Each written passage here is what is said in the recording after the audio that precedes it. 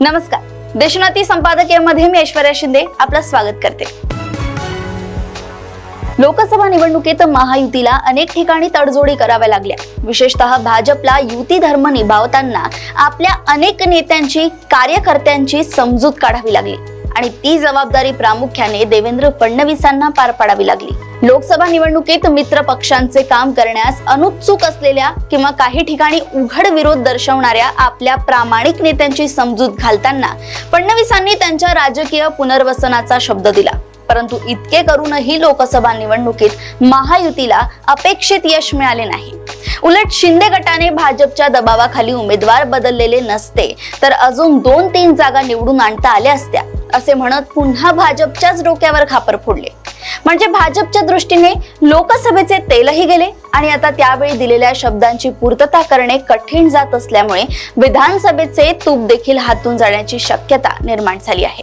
भाजपच्या अंतर्गत सर्वेक्षणाने यावेळी भाजपची आमदार संख्या निम्म्याने कमी होण्याची शक्यता वर्तवली आहे। शिवाय मित्र पक्षांची ताकद वाढण्याचीही फारशी शक्यता दिसत नाही।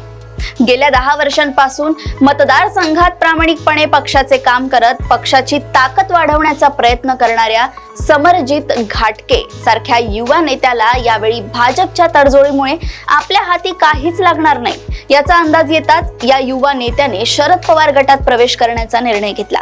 त्यामुळे शरद पवार गटाला आयता तयार उमेदवार तर मिळत आहेच, शिवाय या उमेदवाराला मिळणाऱ्या सहानुभूतीचा फायदा देखील शरद पवार गटाला मिळू शकतो। पंढरपूरमध्येही असेच काहीसे वातावरण आहे। आजवरचे सगळे राजकीय वैर विसरून अजित पवारांच्या उमेदवारासाठी काम करण्यास तयार झालेल्या हर्षवर्धन पाटलांना त्यावेळी फडणवीसांनी विधानसभेच्या वेळी आपण योग्य निर्णय घेऊ असा शब्द दिला होता। परंतु तिथे अजित पवार गटाचे विद्यमान आमदार असल्यामुळे त्यांना डावलून ही जागा भाजपकडे खेचणे फडणवीसांना शक्य नाही।